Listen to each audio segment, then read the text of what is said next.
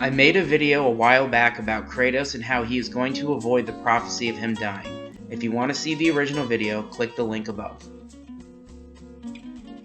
The point of this video is to add more evidence to back up my original theory to show even further how Kratos may prevent his death and what's to come for God of War 5. To sum everything up, is Kratos becoming the new Tyr?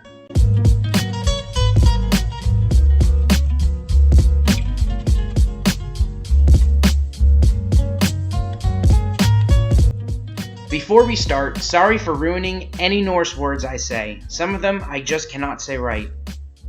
Tyr was the son of Odin and an unknown woman, and was the half-brother of Thor and Baldur. Although he was god of war, Tyr fought for peace.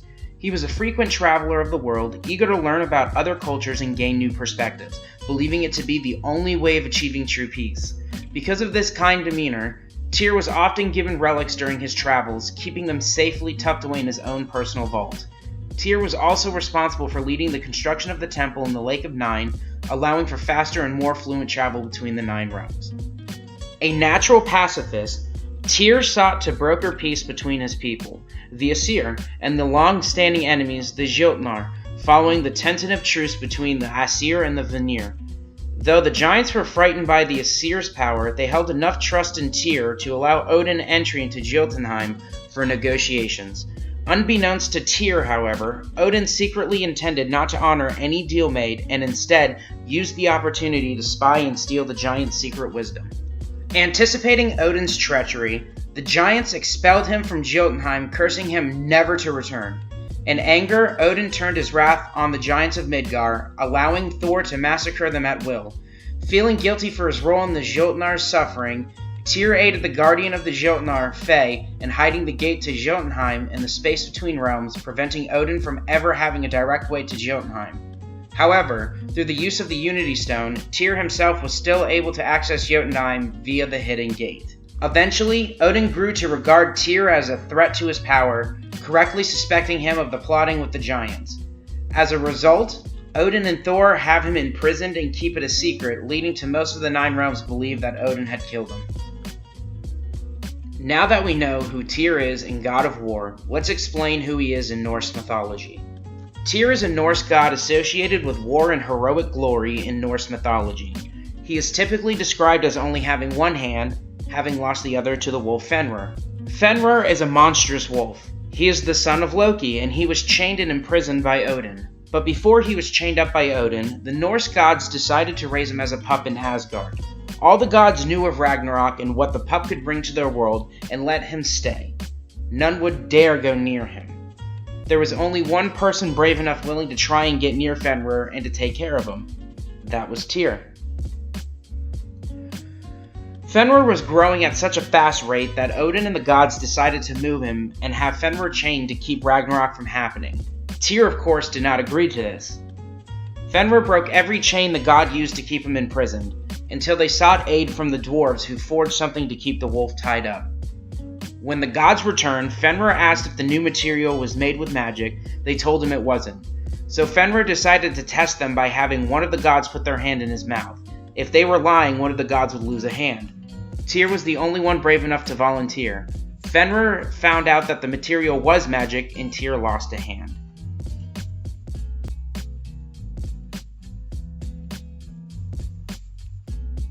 Now, when I went back and looked at the wall showing Kratos' death, I thought it was odd that his leg and arm was missing. Kratos reminded me of Tyr from Norse mythology missing his arm. Tyr was the one that was supposed to lose his arm for Fenrir to activate Ragnarok in Norse mythology, yet in God of War, Odin imprisoned him and made everyone believe Tyr was dead. What I find interesting is that Tyr is being treated like Fenrir in this story, and Kratos is being depicted as Tyr in the drawings. I also had a thought that Tyr was the one who resurrected Kratos, so he can kill Odin for imprisoning him, as Tyr knew about Kratos and knew what he did to Olympus. Faye is a giant and hates Odin for what Thor did to her kind and to her. So Faye needed Kratos to go to the mountain when she dies, ensuring that Kratos will carry out the prophecy. It almost seems like Faye is using Kratos, just like every other god did in the previous games. Not only this, I bet it's twisted that Atreus figures out who Kratos really is, and with this pent-up aggression towards him in 4, will have to fight Kratos, and Kratos will have to kill his own son. The cycle that is repeating is aimed at Kratos. Kratos will have to make his father's decision and kill Atreus since Kratos is exactly in the same position as his father. Kratos was born from Zeus and was destined to destroy the gods of Olympus. Zeus didn't want to kill his son, but had to, and because Zeus was never really there emotionally for Kratos, Kratos developed a hate for his father. Let's push forward a little bit. Kratos gives birth to a son, who is destined to destroy Midgard, and it's up to the father to kill his son. Kratos doesn't want to kill his son, but has to because he wasn't there emotionally for Atreus. Hence, Atreus saying things like, "You don't care" to Kratos. Or while Kratos was trapped in the realm of light, Atreus is saying, "I wish he was dead, not you. He doesn't love me," and harsh things of that nature. The only difference between both stories is Kratos succeeds in killing his own son, in my opinion. I also believe Kratos will take over as Tyr. He is the best candidate since Kratos destroyed Olympus and hated the power they had and the decisions that they made. Kratos has learned from his past and his mistakes, and in 4 tries to better himself so he can live a peaceful life. Doesn't that oddly sound familiar and almost like Tyr? A god who goes around giving out justice to those who deserve it and learning from others so he can live a peaceful life.